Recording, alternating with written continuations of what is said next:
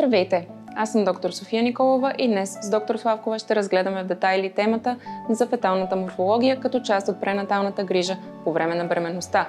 В същността си това е високо специализирано изследване, което се извършва с ултразвук, а основната му цел е да проследи развитието на органите и системите на бебето. Каква информация носи феталната морфология през отделните триместри на бременността, ще разберете в новия епизод на влога Приказки по женски. Доктор Славкова, каква е ролята на феталната морфология като изследване по време на бременност? Феталната морфология представлява ултразвуково изследване по време на бременността, за да покаже на бъдещите родители дали тяхното бебенце ще бъде здраво при раждането. Това води до голямо спокойствие в семейството, да знаят, че ще имат здраво бебе. Как се извършва прегледа по фетална морфология в болница Свети Лазар?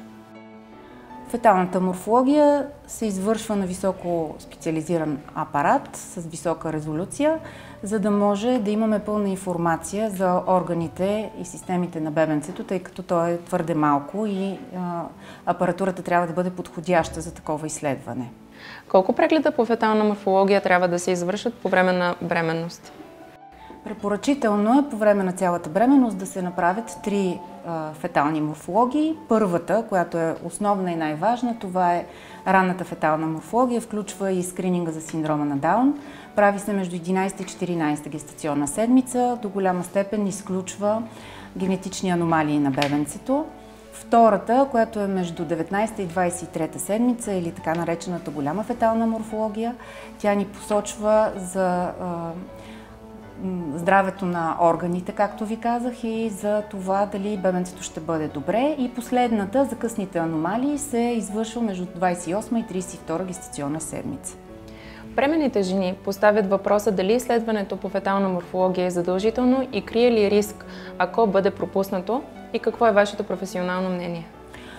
Добре е да не се изпуска нито една от 3 фетални морфологии, тъй като в съответните периоди на бременността се развиват и доразвиват различни неща в бебенцето. Затова е хубаво да се извършат и 3 фетални морфологии. Риска е да се изпусне някои от заболяванията, които могат да бъдат хванати на време, и дори това да е късната фетална морфология, което ние не можем нищо да направиме, може да знаем, че бебето, когато се роди, ще го насочиме за последващо лечение, където е необходимо. Благодаря ви много, доктор Славков, за отделеното време. Благодаря и аз. Провеждането на феталната морфология по време на бременността е съвременен и надежден метод в медицината, чрез който се получава детайлна информация за развитието на плода.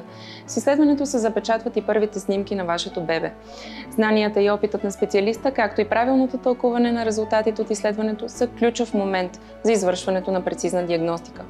При нужда от консултация или преглед, може да ни потърсите на посочените контакти в сайта или в социалните мрежи на болницата.